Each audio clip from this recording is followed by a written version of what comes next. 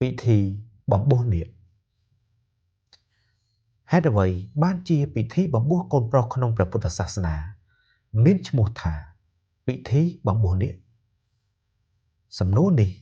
ធ្វើឲ្យយើងនឹកឃើញរឿងព្រេងបុរាណមួយដែលដូនតាយើងតែងដំណើរប្រាប់តមកថាកាលដែលព្រះពុទ្ធទ្រង់គង់នៅក្នុងវត្តចេតពុនមាននាគរាជមួយមានជំនឿមុតមាំក្នុងព្រះពុទ្ធសាសនាក្រោយមកនាគរាជនោះមានចិត្តចង់បួសជាលោកសង្ឃខ្លាំងពេកក៏កាឡាខ្លួនជាប្រុសកំណោះម្នាក់ចូលទៅថ្វាយបង្គំព្រះអង្គដើម្បីសុំបួសព្រះអង្គ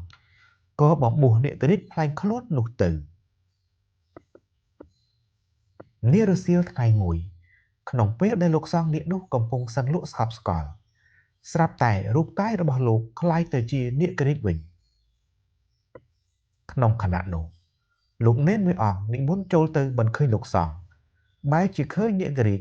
ក៏ភ័យរន្ធត់ស្ទុះស្រែកឆោឡោបណ្ដាលឲ្យមានការភ្ញាក់ផ្អើលឈូឆរពេញក្នុងវត្តលុះព្រះពុទ្ធទ្រង់ជ្រាបហើយក៏ទ្រង់ហាម5ថាចាប់ពីថ្ងៃនេះទៅលោកសង្ឃឯក្រោយកុំបំបួសសត្វដេរឆានខ្មោចព្រាយបិសាចឬយក្សសាឡើយក្រោយពីបានឮបំរាមនេះហើយលោកសង្ឃនេះក្រាបទូលព្រះពុទ្ធថាខ្ញុំព្រះអង្គមានចិត្តស្មោះចំពោះសាសនាព្រះអង្គពិតប្រាកដឥតមានខ្លាញ់បន្លំទេបើខ្ញុំព្រះអង្គជាសត្វមិនអាចបួសបានដូចនេះខ្ញុំព្រះអង្គសូមពរឲ្យហៅអ្នកដែលត្រូវបំបួសថានាគដើម្បីឲ្យគេនឹកឃើញឈ្មោះខ្ញុំព្រះអង្គដែលជាអ្នកស្មោះចំពោះសាសនា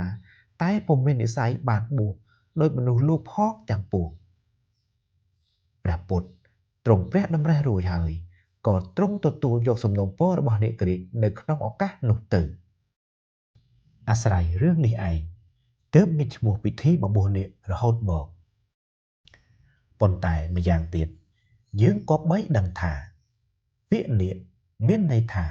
ប្រសើរចម្បងបរិសុទ្ធ